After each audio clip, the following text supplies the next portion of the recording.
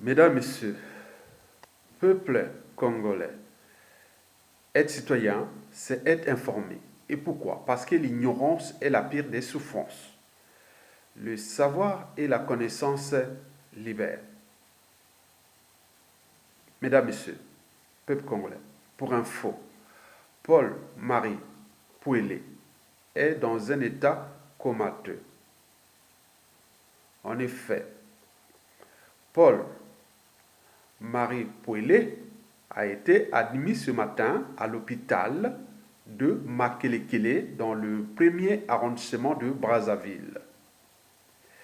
Les examens de la clinique Kogemo ont démontré la présence d'éthanol, un produit très toxique, dans le corps de l'ex-patron du FOCAD.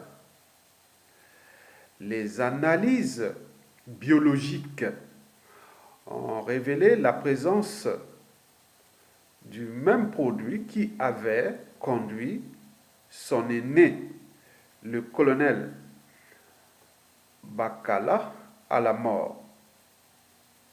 Selon quelques indiscrétions, Pouelé n'aurait pas reçu une assistance médicale immédiate à son arrivée dans ce centre de santé.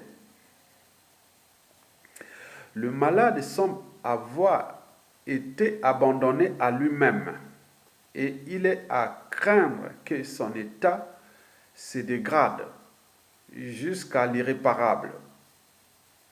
Paul-Marie Pouelé est abandonné à lui-même par le pouvoir de Brazzaville. Maintenant, question. Bon,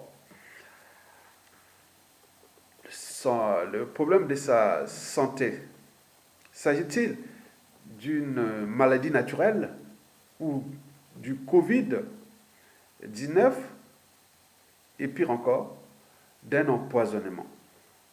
D'autant plus on nous signale que les analyses biologiques ont révélé la présence du même produit qui avait conduit son aîné, le colonel Bakala, à la mort. Maintenant, question. A-t-il été empoisonné par le pouvoir de Brazzaville? Et pourquoi? Et pourquoi faire? Deuxième question. A-t-il été empoisonné par les membres du FOCAD? Et pourquoi? Et pourquoi faire? Troisième et dernière question. A-t-il été empoisonné par la famille? Et pourquoi? Et pourquoi faire? Est-ce que cet empoisonnement est en lien avec la mort suspecte du colonel Bakala, qu'on disait qu'il était appelé Rex, l'ancien patron du renseignement intérieur congolais, qui est mort dans les conditions que nous on connaît, c'était je pense en 2017 ou 2017 à peu près. Et donc, je ne savais pas que c'était son grand frère. Est-ce que c'est une affaire entre la famille qui peut-être qui n'ont pas toléré? Est-ce que Paul-Marie Pouelé était-il impliqué dans cette affaire ou en complicité de cette affaire de l'assassinat ou de la mort du colonel Bakala, qu'entre eux, ils sont en train de régler les comptes entre eux? Mais comme dans toute organisation, qu'elle soit État, entreprise ou association, quand il y a un dysfonctionnement, c'est celui qui a la tête qui en est responsable. Le poisson pourrit toujours par la tête.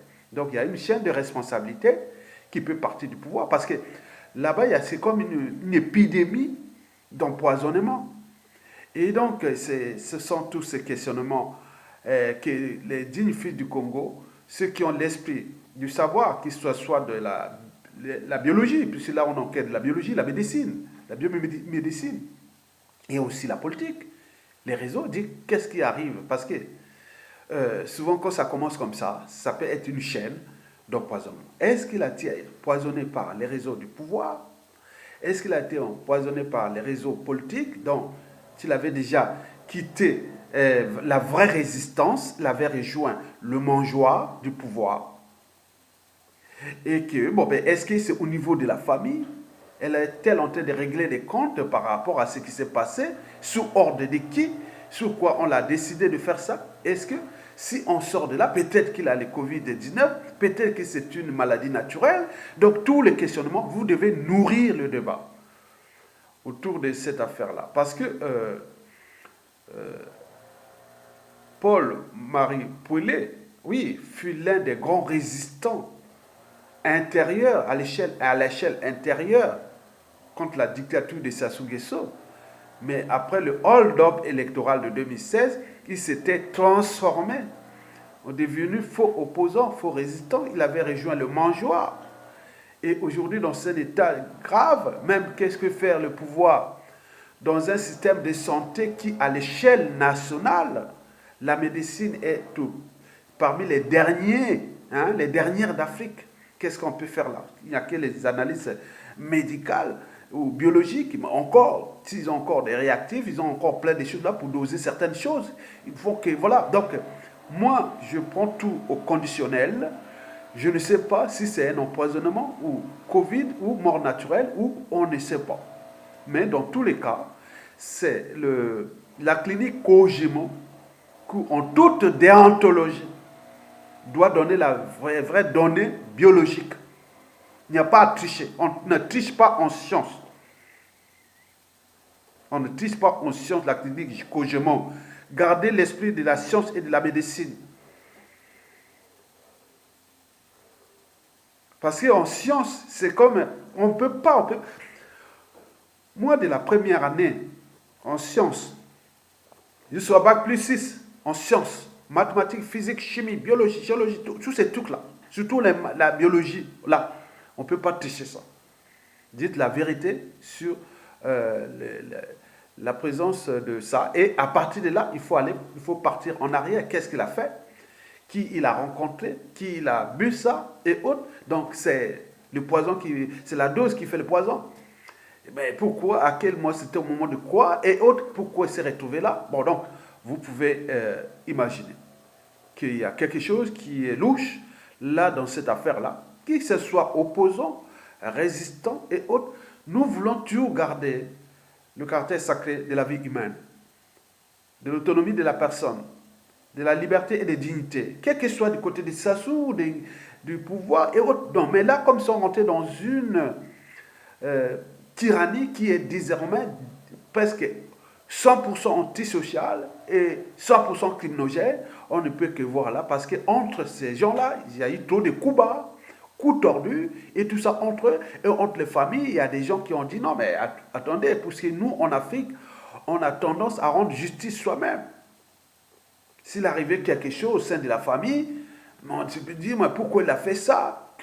Quel ordre? Donc, il y a quand même, il faut dire que le criminel court. Il est parmi, soit dans la famille, soit dans les réseaux politiques, soit du pouvoir. Donc, il faut vraiment analyser cette situation-là, et qui est dramatique pour tout le monde, parce que nous, on ne veut pas perdre tout ce monde-là. Même ceux qui étaient du pouvoir, ils sont des humains. Il y a ceux qui ont encore moins un cerveau, il faut les récupérer. Tout le monde ne va pas faire perdre, on ne peut pas faire perdre tout le monde comme ça. C'est comme une hécatombe de la condition humaine là-bas. Nous sommes des humanistes. Nous, on veut régler toutes les affaires là dans le cas du droit. Parce qu'il faut rendre justice là où il y a eu injustice. Mais pas apporter l'injustice là où il y a eu injustice. L'injustice là se passe déjà au niveau de ces affaires qui sont des affaires criminelles. Et donc nous ne voulons plus ça. Donc vous voyez à quel point le pays est descendu si bas.